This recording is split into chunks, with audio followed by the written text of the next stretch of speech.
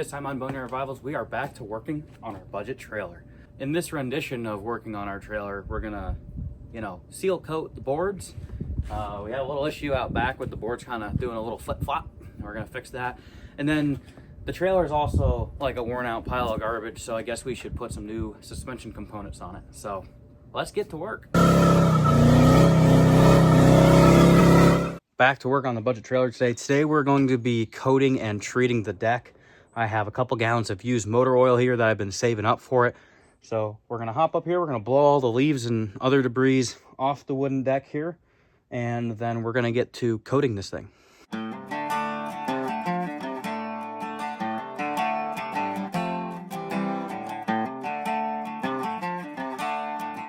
So basically all I'm gonna do here is I have myself a bucket cut, and I'm just gonna utilize this used motor oil that I saved. Get this roller that I bought. And I think I might have paid like $1 for the roller from our local, I don't know, dollar store, or I think we have a wholesale store around here too. But the bucket's big enough where basically we'll just dip her in and just apply. Oh yeah, let's get after it. Preferably not track it and get it all over the place. We'll see how it goes here. Oh yeah, I mean just, oh, perfect. And the best part is too, is that it's gonna stain the deck. Really give some color to that wood. I feel like Bob Ross over here just, making absolute art.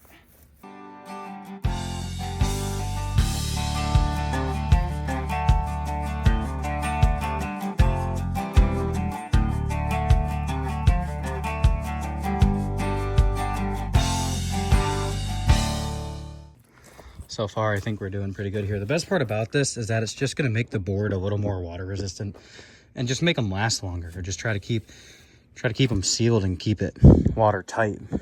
Obviously, I have a couple spots on the deck of the trailer already that, not the greatest.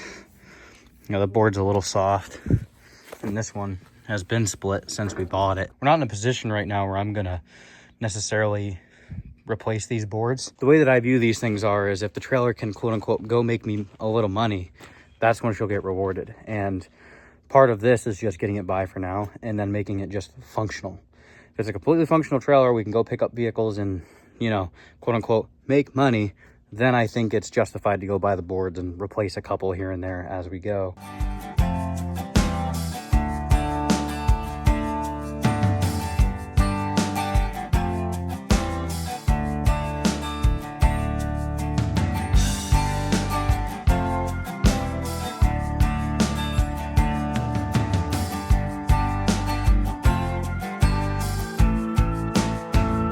Oh my God, look at the color. It just looks sharp.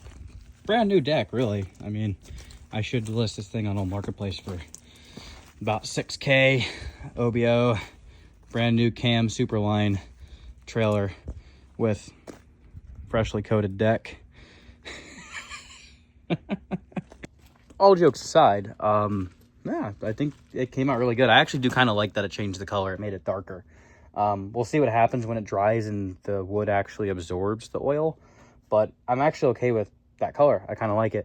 The back part of the trailer where the boards come to the end of the trailer, there's no bolts holding that part of the board down for all 8 pieces of decking. So what I'm going to do now is use some of the same material from our shelves here, and I think I'm just going to slice these things up and make something for the back of these.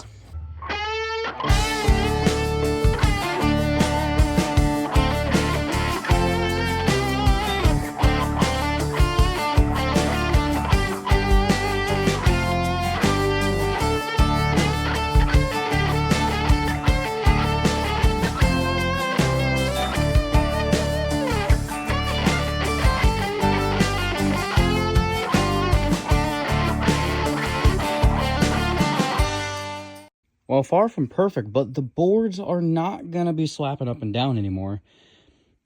I didn't initially plan on going that crazy with this many bolts, but it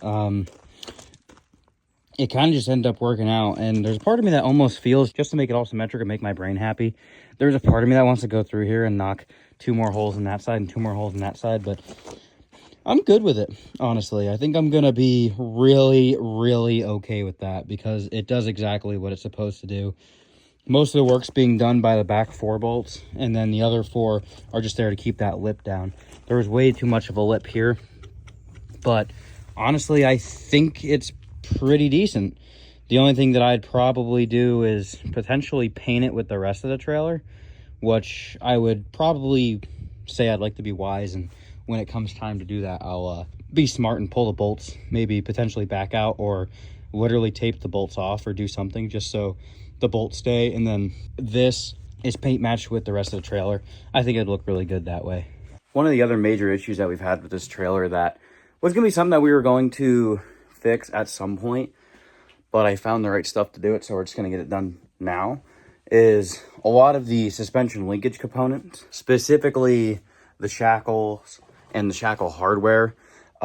It's just really, really worn on this trailer, and that's just from years of, you know, abuse.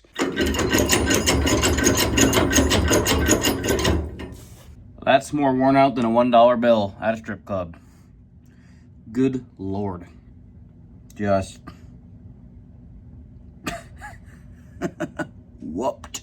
And if that cut that up at that rate with a heavy load on it, it probably would have blew the bracket right off.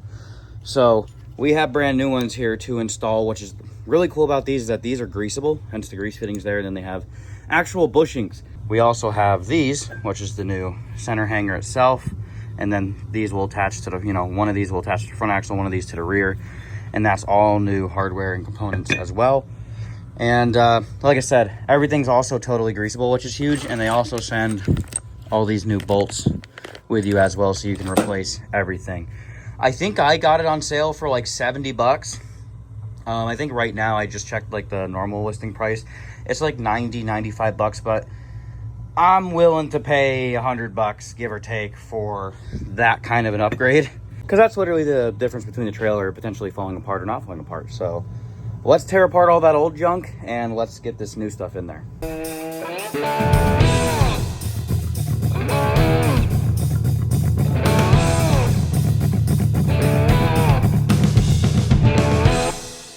Wow. Taking them off with the old impact was a no-go, which, you know, to be expected. So we just sliced them. Can we talk about how well that one was cut? I'm very, very proud of that. By golly, we're just a ball of fire today, ain't we? Well, as expected, totally whooped. And what I'm starting to notice too here is, look at these bolts. It wore the bolts because there's nothing there. There's just that little sleeve, but there's no grease point. So after a while, when it wears that bushing out of just constantly, you know, trailer, both axles doing this, just slamming all the time, basically just wore these right the heck out.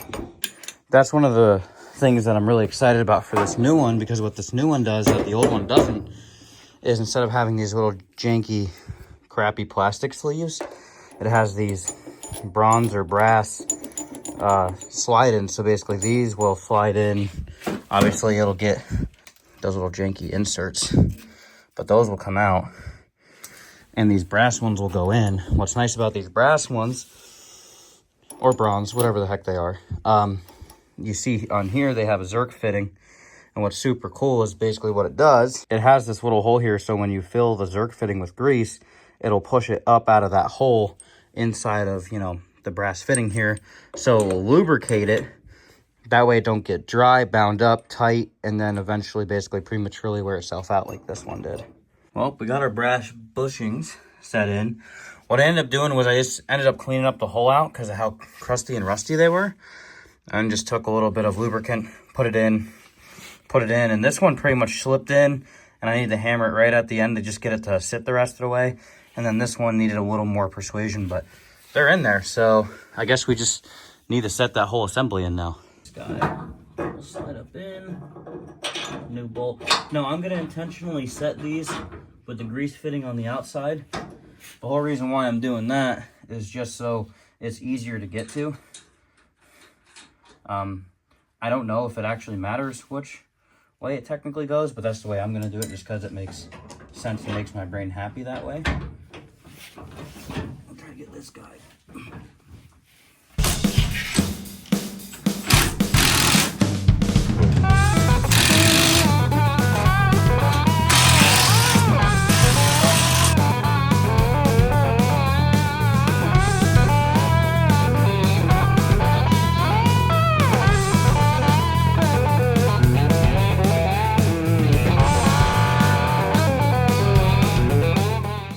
Also went ahead while we were here and just sprayed up the brackets and stuff that we were at and messing around.